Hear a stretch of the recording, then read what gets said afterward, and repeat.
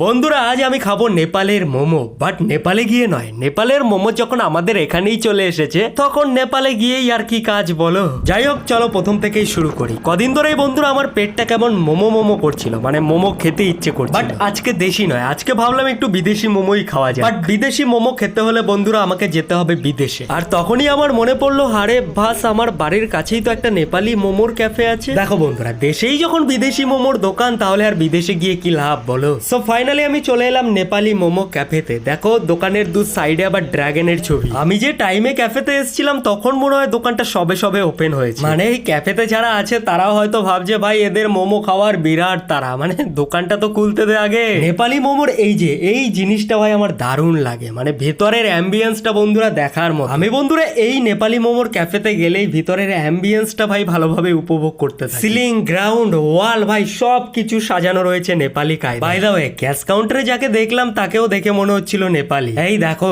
এখানে আবার নেপালের সেই ড্রাগনের ফটো। এই বন্ধুরা সামান্য একটু বড় ক্যাফেতে গেলে কিন্তু ভিতরের অ্যাম্বিয়েন্সটা ভালোভাবে উপভোগ করা যায়। যাই হোক অনেক হলো ভাই অ্যাম্বিয়েন্স দেখা, এবার আমরা দেখবো খাবার মেনু কি কি আছে। এখানে একটা জিনিস দেখে আমার ভালো লাগলো, নেপালি মোমো তো আছেই, কিন্তু এর সাথে সাথে কিন্তু আমাদের দেশি ইন্ডিয়ান মোমো। যাই হোক বন্ধুরা, এখানে কিন্তু অনেক রকম মোমোজের আইটেম ছিল, যে মোমোজের হয়তো আমি জীবনে নামও। এর ভেতর থেকে আমি এই তান্দুরি মালাই মোমোজটা অর্ডার দিলাম, বাট আমাদের ব্যাড লাক, তখন এই মোমোটা অ্যাভেলেবেল ছিল না। তাই আমাদের সেকেন্ড চয়েস বাটার গার্লিক মোমোজটা অর্ডার দিয়ে দিলাম, আর মকটেলের মধ্যে একটা পাইনাপেল অর্ডার দিয়ে দিলাম। চলো নাও আমাদের ওয়েটিং টাইম, মানে প্রতিটা দোকানেই তো এরকম অর্ডার দিয়ে ওয়েট করে থাকতে হয়। যাই হোক বন্ধুরা, যথা সময়ে ফাইনালি আমাদের বাটার গার্লিক মোমোজ টেবিলে চলে এসেছে। বন্ধুরা গন্ধরাজ মোমো থেকে যেমন লেমনের হালকা একটা গন্ধ আসে, এই বাটার গার্লিক মোমোজের মধ্যে থেকেও কিন্তু হালকা একটা গার্লিকের স্মেল আসছে। বন্ধুরা আবার এর সাথে দেখো পেঁয়াজ, গার্লিক, ক্যাপসিকাম এগুলি সব হালকা ফ্রাই করে দিয়েছে। যাই হোক চলো এবার হবে ফাইনালি টেস্টিং টাইম, দেখবো এটা খেতে কেমন। বন্ধুরা প্রথমেই মোমোটা মুখে দিতেই মনে হলো যে ফ্রাই এর কারণে হালকা মোমোসটা একটু ক্রিস্পি ছিল, বাট খেতে কিন্তু মোমোসটা দারুণ লাগছিল। এর আগে আমি অনেক মোমোই খেয়েছি, বাট এটা আমার কাছে ফার্স্ট টাইম, বাট